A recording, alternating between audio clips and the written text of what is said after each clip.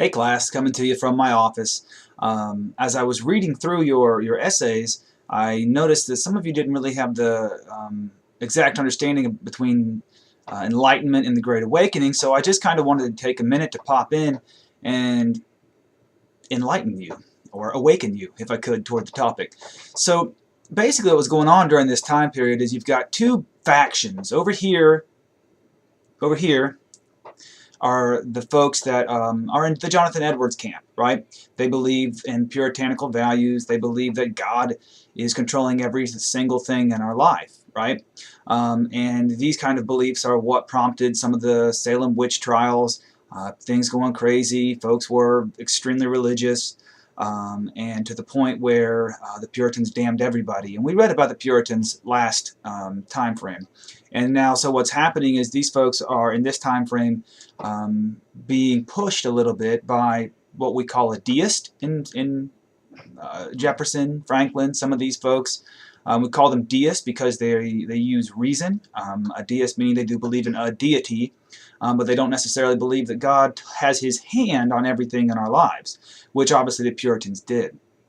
And so Edwards' piece was in a response to what had been going on with the Enlightenment period.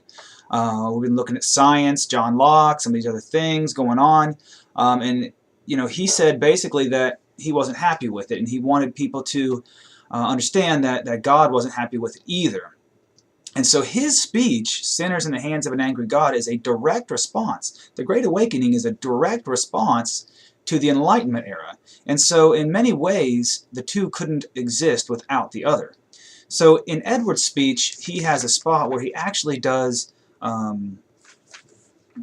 he says, in quote, he says he's making fun of people. He's putting in a dialogue. I'm on page 433 in the new text right here, or the red one. And what he says is that all these people thought they were smart, but guess what we found out? And what people who are like them, these deists who have gone to hell, guess what they found out? And here is Edwards writing. He says, "No, I never intended to come here. I'd laid out matters otherwise in my mind. I thought I should contrive well for myself. I thought my scheme good. I intended to take effectual care, but it came upon me unexpected. I did not look for it at that time, and in that matter. It came as a thief. Death outwitted me. God's wrath was too quick for me. Oh, my cursed foolishness! I was flattering myself and pleasing myself with vain dreams of what I'd be hereafter, and when I was saying peace and safety, then suddenly destruction came upon me." So what Edwards is getting at here is that these deists, these people who are no longer looking at God to be the way and the light, they're going to hell, and they're going to regret this later on. And so he's directly calling out the people from the Enlightenment period.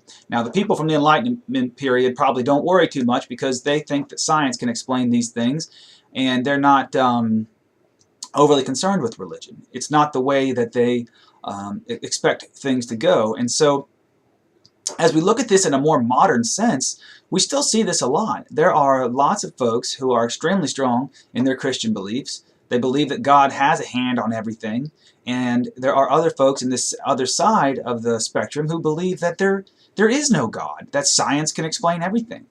And, nobody's wrong in what they believe because there isn't really a way to have a wrong belief, and we can't necessarily prove one thing over the other. And so what has to happen is these two had to very quickly find a way to coexist. And so that's kind of what they did. And what's amazing in American history is how they did it and how quickly it came. Because in Europe for centuries we had crusades, right? The Middle East is still fighting over Holy Land and religion. In America, we gave ourselves the right to use whatever religion and whatever we wanted. And so it's really an amazing time period to think that these deists, these scientists, these people that are looking at these new ways of thinking, they really got along with the religious folk. And the Puritans said, well, they can believe it, but they're going to hell. And so that's why they were preaching, and that's why Jonathan Edwards was so adamant that the sinners are in the hands of an angry God. And so there's a direct correlation between these two pieces. And so while Edwards uses graphic imagery to get his works done because he's very passionate. He doesn't appeal to these deists, but that's not who he's going for. He's going for that wavering audience, right? Anytime anyone who's taken a 112 class, you know there's a wavering audience, and that's who Edwards is after. And same with Wheatley. Her piece, she was reasonable. She said, well, I was lucky to be brought to America, even though it was through slavery, right? Because then I could be a Christian. So she's kind of in the middle somewhere, which is a very interesting piece. And Wheatley's amazing in and of herself, because to be a female, to be African American, all these things at this time period, and to be red, it's impressive. And so just wanted to make sure you guys understand that there is a definite balance in between the two, and that they did coexist, and that they still coexist, and it was very quickly. So America was very quick to move forward with all this. So as you look at other readings, pay attention to the religious sermons as well as some of the reason-based things. All right. And that's it. A lot of you did a great job with this and really understood that, but I saw some of you that it sounded like you kind of got confused between what the Enlightenment period was, what the Great Awakening was, and I wanted to make sure that that was clear moving forward, because it's really a very important time in America, because without it, we might all still be Puritans, right? And if the Puritans didn't stay strong, people like Jonathan Edwards didn't keep fighting, we wouldn't have the right to religion, right? We might just have the scientists. So it was a pretty interesting time period, and there was a lot of things going on, and the writings reflected very well, not just in what they're saying, but the appeals they use. So the emotional appeals are going to be those folks that are extremely religious, right?